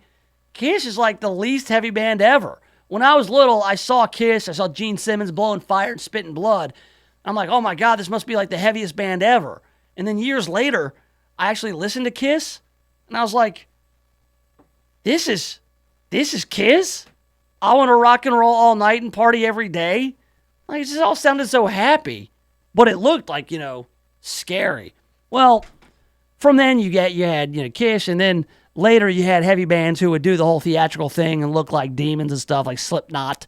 They had the clowns, they had the masks, Mushroom Head. They were another one that did this whole deal. Ghost is now the one they do face paint, and they're supposedly satanic. They're devil worshippers. They're not. And again, their songs sound all happy.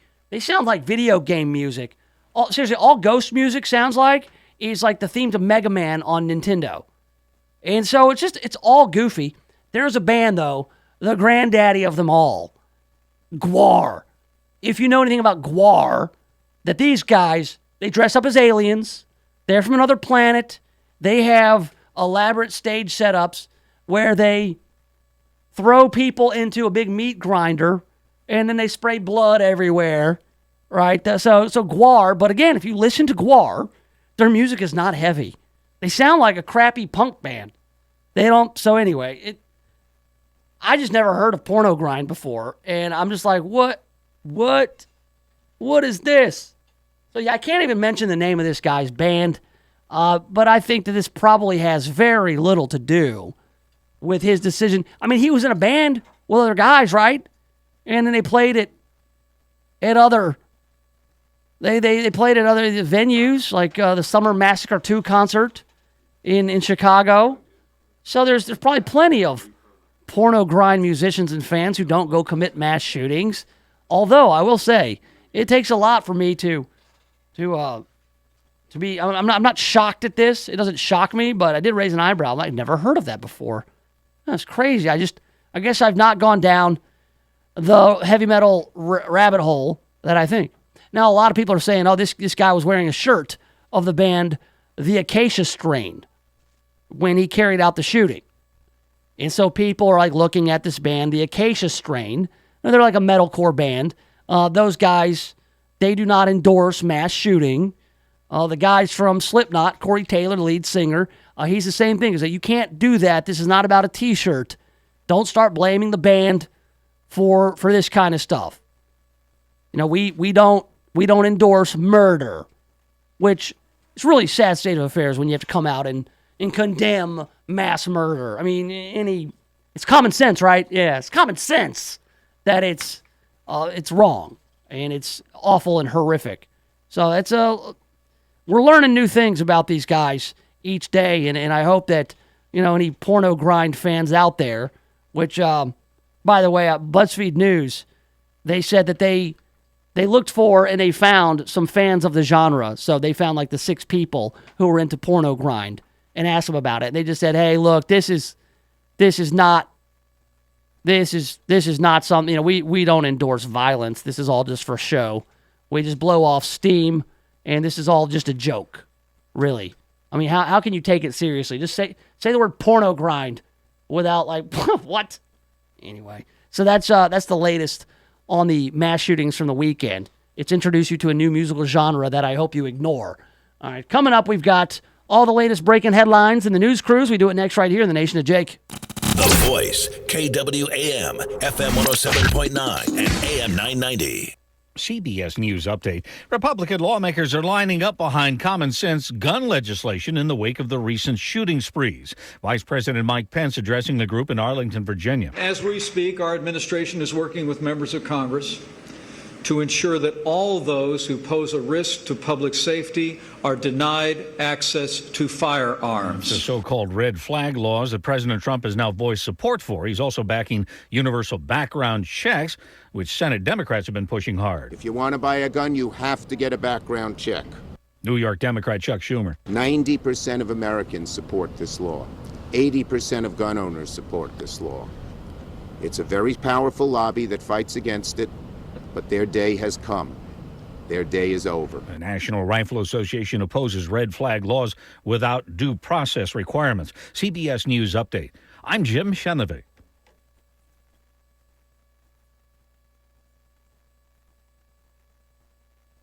You and your friends and associates are invited to attend the Mississippi Senior Expo and Health Fair, Thursday, September 19th from 9 a.m. until 2 p.m. at the Brown Missionary Baptist Church, located at 7200 Swinia Road in South Haven, Mississippi. There will be health exams, flu shots, entertainment, and this year, there'll be food trucks on site to allow you to enjoy lunch while you're there, and a demonstration on healthy living by the Silver Sneakers. The Mississippi Senior Expo and Health Fair is promoted by the DeSoto Times and the Best Times. Mark your calendar for September 19th. You'll be glad you did.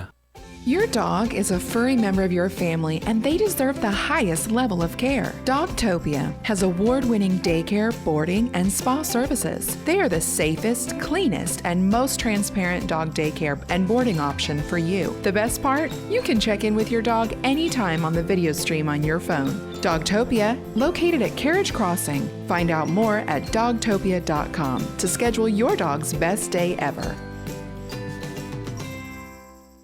This is Clark Howard. I got great news for you. You know, what you can earn on your savings in the United States has been going two directions at once. Traditional banks paying you basically zero on your hard-earned money that you're trying to earn something on, while online banks are offering great deals. Even as the economy softens and interest rates decline, the online banks are still offering a phenomenal deal. But there's a third category that's offering wonderful deals, and it's in the investment community. Have you ever heard of Betterment or Wealthfront? They both offer savings accounts that are FDIC insured, and they're more flexible than those that you'd have from an online bank or a traditional bank. Betterment, for example, is right now paying 2.69% on your savings, no minimum deposit required. Check it out. Have you heard what President Trump said recently? Newsmax, you like Newsmax. I like it too.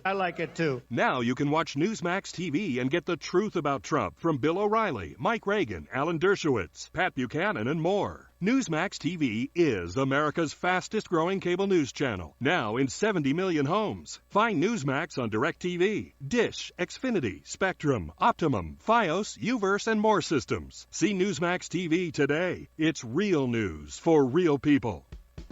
The backyard's looking great, Rob. Thanks, man. I was planning on adding a deck, too. Know any good contractors? Why don't you just ask Home Advisor? Home what?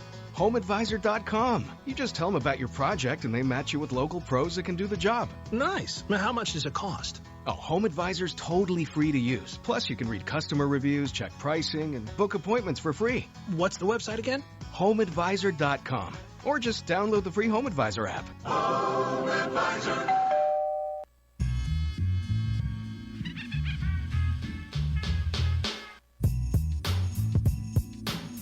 All right, welcome back to it. It's the Nation of Jake on The Voice, FM 107.9, AM 990, online, KWAMTheVoice.com. We are streaming live on YouTube. You want to go check that out. Subscribe to the channel. It's on YouTube. The channel is Nation of Jake. One word, run it all together, Nation of Jake. Also on Facebook and Twitter as well. We've got some headlines to get to. We do that on the News Cruise. It's brought to you by our friends at Just Windows Home Services, 751-3934. News. Exciting and new. Come aboard. We're expecting you. The News Cruise. Full of exciting news. The News Cruise. So relax and kick off your shoes. All right, welcome aboard the News Cruise, brought to you by Just Windows Home Services. Those guys can clean your windows, but that's not it. They do pressure washing. You clean your roof, your gutters, change light bulbs that are difficult to reach. They can water your hard-to-reach plants if you want them to, but I do not recommend making your plants hard to reach. That said, their number is 751-3934, and if you call them, you can get a free estimate. And you get 20% off that free estimate if you tell them you heard about Just Windows Home Services on the Nation of Jake. Again, that number, 751-3934. That's 751-3934. They're online at justwindowsmemphis.com. All right, as far as news today, I think the biggest story, what should be the biggest story, are these allegations that former Mayor A.C. Wharton is harassing and intimidating his neighbor because she's renting out part of her house as an Airbnb. I guess one of the guests threw a party, and that drew the ire of Mayor A.C. Wharton. He goes over, he tells her, hey, I'm the former mayor, and you don't need to be having parties or throwing events or renting out your house on Airbnb. He says, I'm going to make some calls and get the laws changed around here because this is a historic neighborhood. We don't do that around here. You need to conform to our social norm. And so she was like, well, you're no Sam in my book. What, you used to be the mayor? Why aren't you? Oh, that's right. Because you got waxed by Jim Strickland in 2015. That's why you're not mayor anymore. You should still be mayor, right? At least until October 3rd. So now Local 24, the nice people over there, are all over it doing a follow-up today. But it's all on her Ring doorbell. I mean, what kind of guy does that? She was not only visited by former Mayor A.C. Wharton, she got calls from the health department. I mean, house calls. People knocking on her door. Health department, code enforcement, citing her for broken fence boards and stuff. And then she was told that she was under surveillance for a couple of days by the organized crime unit under suspicion that she was running a brothel. That is harassment. That's an abuse of whatever little power A.C. Wharton has, which I guess is considerable. He can still make calls to his old cronies and get them to check things out and make this woman's life difficult. I'm looking forward to the follow-up. I want to hear Mayor Wharton on record with a forceful denial, and if not a denial, then an apology. All right, so that's one of the big stories that is brewing here locally. Also, we've got statewide, Tennessee Governor Bill Lee said Monday his administration is looking at several policy options to increase public safety after 2 mass shootings over the weekend. But he declined to specify which policy proposal aimed at addressing gun violence he would push while working with a GOP-controlled state house, which has been resistant to adopt gun control measures over the years. We want to look at all options. Lee told reporters in Nashville, it's early for us to talk about which direction we want to go. We want to take action. Well, this will be a discussion of more of these quote-unquote common-sense gun laws we discussed. The universal background checks, which are already in place. Federal firearms licenses require that you run background checks on people who come in to buy a firearm. Now, they say there's this gun show loophole where, say, if you've got a used gun, you want to sell your grandpa's rifle, you can do that and sell it to an individual at a gun show and not have to be federally licensed to do it. I'm almost certain that 0 mass shooters acquire their guns that way. And then there's the whole assault rifle ban, which assault rifle is a dubious moniker because what does it mean? Honestly, people can look at an AR-15 and they say, oh, that's a scary-looking gun. That looks like something on Call of Duty. That looks like something a guy would have in Iraq. That's an assault rifle. And then you look at a Ruger Mini, which has a wooden stock and looks like a hunting rifle. And they'll go, that one's fine. That's a hunting rifle because it's got a wooden stock. So does AK-47. Right, so AK-47's got a wooden stock. And honestly, they're functionally, a Ruger Mini and an AR-15 are the same. They're both semi-automatic rifles that can accommodate high-capacity magazines. And they shoot the same bullets, essentially. So people don't know what they're talking about, and that's the problem with a lot of this stuff. So Bill Lee, I guess he felt compelled to say something. I'm not sure exactly what they're going to do statewide. Tennessee Representative Steve Cohen has called for seatbelts on school buses. Now, this is something that when you look around a school bus, you go, yeah, why aren't there seatbelts on school buses? And it's something that people will get behind. Oh, yeah, make buses safer. I mean, Steve Cohen is not exactly stepping out here into controversial territory. He wants to make school buses safer by adding seatbelts. He introduced that bill alongside Illinois Senator Tammy Duckworth.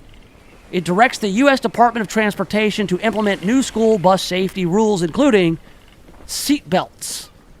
Now, his bill calls for seatbelts to be installed on every school bus in the country in order to prevent serious injuries. I guess the only problem is when you dig a little bit deeper, the National Highway Traffic Safety Administration says that they're really not necessary, seatbelts on school buses. In fact, the cost outweighs any benefit because buses are bigger, they're heavier, they sit higher, they usually travel at slower speeds in town and around, that they can withstand the impact from vehicles. Now, there have been awful accidents with school buses, but when you look at the way a bus is constructed, it's actually worse to have seatbelts on them. If you need to evacuate a bus for any reason, you got kids who are belted in. So yes, seatbelts in cars and trucks and SUVs, safe. In school buses, not so much. It's not that clear cut. So, I mean, I always wondered that. I'm like, well, aren't this good? But then I thought about it. I'm like, you know what? They say the way kids are compartmentalized in a bus, that the seats take care of a lot of the impact that they would experience in between the seats and whatnot. And honestly, if you've got a seatbelt there, they can move a little bit less, it crack heads, all that kind of stuff. So look, really what they need to look into is making sure all these bus drivers are screened. Remember that when the Durham School Services took over all the buses in the area, and you had all these guys, they didn't show up. They weren't screened, they weren't trained, they had all kinds of drug offenses in their backgrounds. Oh, and we'll leave it with this. This is something that I think is notable. A New Orleans man who I guess vacationing in Memphis, in our fine city, was arrested and jailed after trying to avoid paying the cover charge on Beale Street over the weekend. According to an affidavit, a manager over at the Jerry Lawler's barbecue joint on Beale, he spotted 27-year-old Gunnar Robichaux from Nolens climbing onto the roof of the restaurant. He climbed up on the roof of Jerry Lawler's barbecue in order to avoid a $5 cover to get on Beale Street. He ran from the police. He tried to jump a fence. They got him arrested, and he had to pay $434 in court fees. So avoiding a $5 cover charge on Beale going to cost you $434 there, Mr. Robichaux. Say hi to your friend Edouard Delacroix when you get back to the Big Easy, my man. All right, pay that cover in Memphis, dude. Pay it. All right, coming up, we're going to wrap things up, get you set up for the Earl Farrell program. And also, this is a medical malpractice suit in the news that's out there.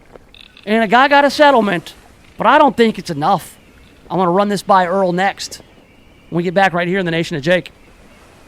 The Voice, KWAM, FM 107.9 and AM 990. The special event florist for the Mid-South is Lynn Doyle Flowers. They are famous for creating incredible floral arrangements and are available to fill even your last-minute needs. From the simple to the magnificent, their staff can create unique arrangements for your special occasion. Flowers always bring a smile, make someone's day, and for fast, convenient delivery, call Lynn Doyle Flowers today at 901-323-4521 or visit their beautiful new location at 6225 Old Poplar Pike. If you're thinking about buying or selling a home, stop. Don't do anything until you talk to my man, James Underwood. James Underwood has been helping people like you navigate the Mid-South real estate market for more than a decade. So whether you're looking to buy your first home or you want to upgrade to your forever home, James Underwood can help make it happen. No gimmicks, no guarantees, just a rock-solid guy that I've known for 25 years. So now, if you're looking to buy or sell a home, hit up James Underwood with CryLike. JamesUnderwood.crylike.com. That's JamesUnderwood.crylike.com. Did you know that your potential customers look at your website and determine your credibility within 8 seconds? Make sure your business reflects the quality service you provide. Contact Control Alt Design for a free quote today. Today's marketplace is very competitive and you need a professional web presence. Control Alt Design offers web design at a fraction of what the larger firms charge. Control Alt Design has been helping local businesses stand out on the web for over 20 years. They also offer logo design, business card design, flyers, brochures, and more. See their work today at ControlAltDesign.com. All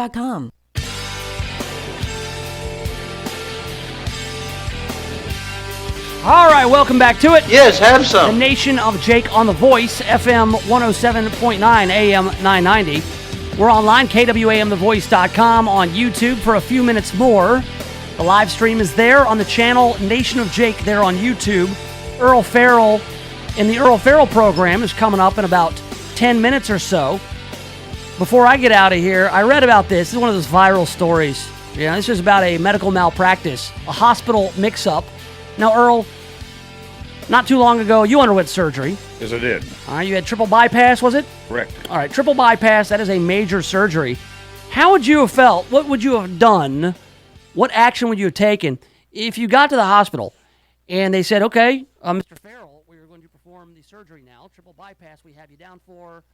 And then something got mixed up. Maybe a confused doctor was walking down the hall and he just tripped and all the papers got messed up and it got switched up. And instead, you got butt implants and no triple bypass. Or instead of triple bypassing your heart, they amputated your left foot. All right, what would that be worth to you? I mean, what do you think would happen? Number one, you'd have to get the triple bypass. I'd still have to get that, but if I had the butt implants, that might be a bad thing. Yeah, butt implants, I thought about the butt implants thing, and that is like adding two. Yeah, I mean, you can take that away. Right, okay, but okay, what if they amputated your left foot? That's got to be worth, I don't know, $20 million. $20 million? Yeah. Okay, well, this is a similar story. All right, this is not a triple bypass versus a left foot. Both of them, man. Right. I mean, You're a matching set. Right, I mean, you do have two, though. I mean, if you lose one, you've got another one. Then they call me Hop-Along. That said, we got a man who was mistakenly circumcised in a hospital mix-up.